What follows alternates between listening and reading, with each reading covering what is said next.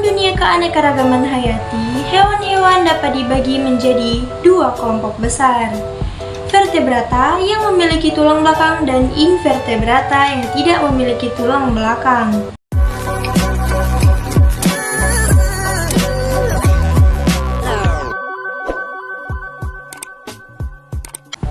Selamat datang dalam pengenalan singkat tentang penggolongan hewan vertebrata dan invertebrata. Dalam dunia keanekaragaman hayati, hewan-hewan dapat dibagi menjadi dua kelompok besar. Vertebrata yang memiliki tulang belakang dan invertebrata yang tidak memiliki tulang belakang. Pemahaman terhadap pengelompokan ini memungkinkan kita untuk mengeksplorasi dunia hewan dengan lebih mendalam. Nah, anak-anak adalah penjelajah alam alami dan pemahaman mereka tentang keanekaragaman hewan di sekitar mereka sangatlah penting. Dengan mengenali dan memahami perbedaan antara hewan vertebrata dan invertebrata, anak-anak dapat merasakan keajaiban dan keberagaman kehidupan di sekitar mereka. Pemahaman ini juga memberi mereka dasar pengetahuan yang kuat untuk memahami perilaku, karakteristik, dan kehidupan sehari-hari hewan yang menjadi bagian integral dari lingkungan mereka.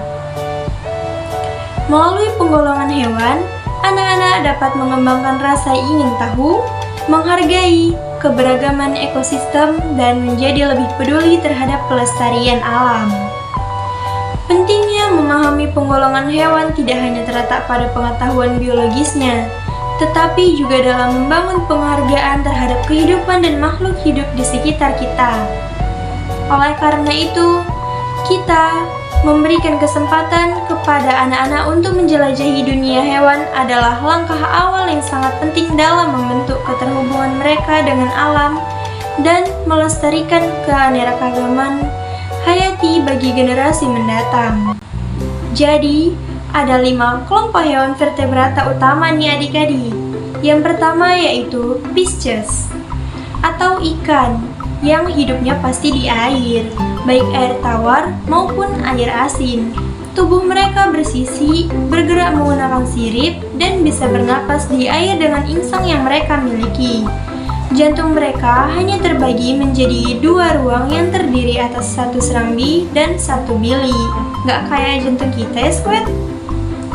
Yang kedua yaitu amfibi. Amfibi bisa hidup di air seperti Pisces, tapi mereka juga bisa hidup di darat loh.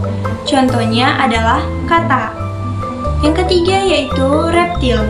Hewan yang termasuk ke dalam kelompok reptil biasanya banyak gak disukai nih.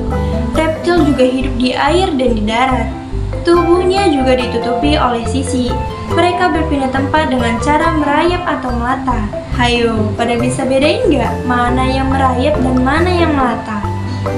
Jika merayap, mereka menggunakan tungkai, dan jika melata, mereka menggunakan perut. Dan yang keempat ada Aves. Hewan dalam kelompok Aves, seluruh tubuhnya ditutupi oleh bulu kecil kecuali pada paruh dan kakinya. Mereka hidup di darat dan punya sepasang sayap serta kaki untuk bergerak. Umumnya mereka bisa terbang, tapi ada juga loh Squid, hewan dalam kelompok Aves yang tidak bisa terbang. Aku sebagai penguin, aku adalah salah satu burung yang gak bisa terbang.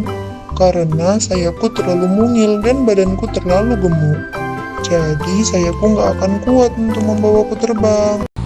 Kelompok hewan vertebrata yang terakhir adalah mamalia.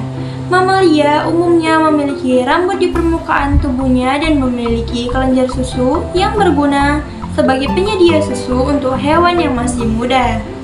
Mereka umumnya hidup di darat, tapi ada juga beberapa jenis mamalia yang hidup di air. Lihat contoh ini ya. Walaupun hidup di air, tapi mereka bukan ikan loh Squid. Tapi mereka adalah beberapa mamalia yang tidak hidup di darat seperti mamalia pada umumnya.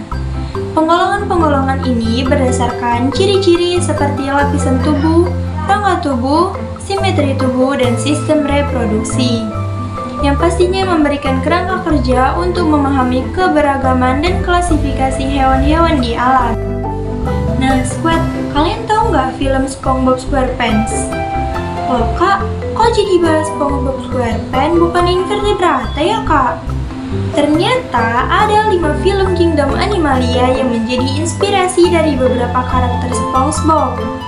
Ada film apa aja sih? Yuk kita bahas. Nah, yang pertama ada Porifera. Porifera merupakan hewan yang ada di bawah laut dan memiliki pori-pori. SpongeBob sendiri merupakan hewan dari film Porifera ini, guys. Nah, sekarang kamu tahu kan kalau karakter SpongeBob itu merupakan hewan laut yang benar-benar ada. Penasaran dengan Squidward dan Patrick nggak? Yuk kita bahas. Berburu ubur-ubur, berburu ubur-ubur. Siapa yang sering mengucapkan ucapan tersebut? Ya, si Porifera alias SpongeBob. Nah, ternyata ubur-ubur itu termasuk ke dalam film Kolenterata loh. Coba deh kamu ingat-ingat, SpongeBob itu sering disengat atau disetrum sama ubur-ubur kan? Nah, itu karena adanya sel penyengat.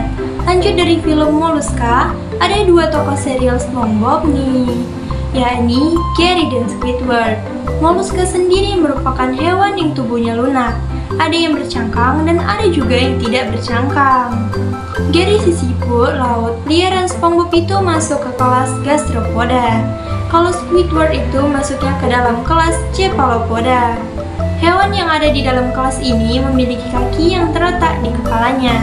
Oh iya, Cephalopoda ini punya tentakel juga loh. Uang. Tebak, siapa yang sering ngomong begitu di serial SpongeBob?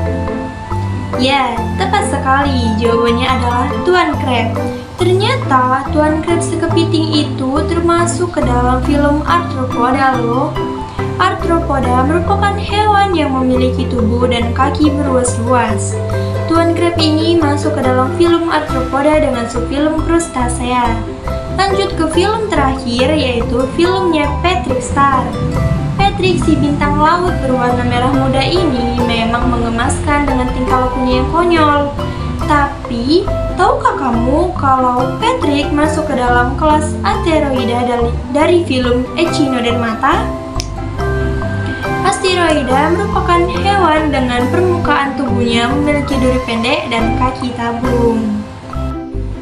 Itu tadi penjelasan tentang vertebrata dan 5 film pada Kingdom Animalia yang menjadi inspirasi karakter-karakter pada serial SpongeBob SquarePants, yang pastinya termasuk ke dalam invertebrata. Adapun kesimpulan dari pengenalan tadi adalah pemahaman tentang pengelompokan hewan vertebrata dan invertebrata, terutama bagi anak-anak pastinya sangatlah penting. Hal ini membantu mereka mengembangkan rasa ingin tahu, menghargai keberagaman ekosistem, dan peduli terhadap pelestarian alam. Pengetahuan tentang kelompok hewan seperti Pisces, amfibi, reptil, aves, dan mamalia memberikan dasar yang kuat untuk memahami perilaku dan karakteristik hewan. Selain itu, karakteristik film Kingdom Animalia yang diilustrasikan melalui tokoh-tokoh SpongeBob menambahkan pengetahuan pastinya. Pemanfaatan teknologi dan partisipasi orang tua dapat memperkaya pengalaman pembelajaran anak-anak. Nah, jika adik-adik sudah paham, jawab pertanyaan berikut ini ya. Pertanyaannya adalah, karakteristik apa yang dimiliki oleh hewan kelompok Pisces? A. Tubuh bersisi, bergerak dengan kaki. B. Hidup di darat dan air, memiliki insang. C. Memiliki sayap dan kaki untuk terbang. D. Rambut di permukaan tubuh, kelenjar susu. Tuliskan jawabanmu di kolom komentar ya. Sampai jumpa di video selanjutnya. Bye-bye.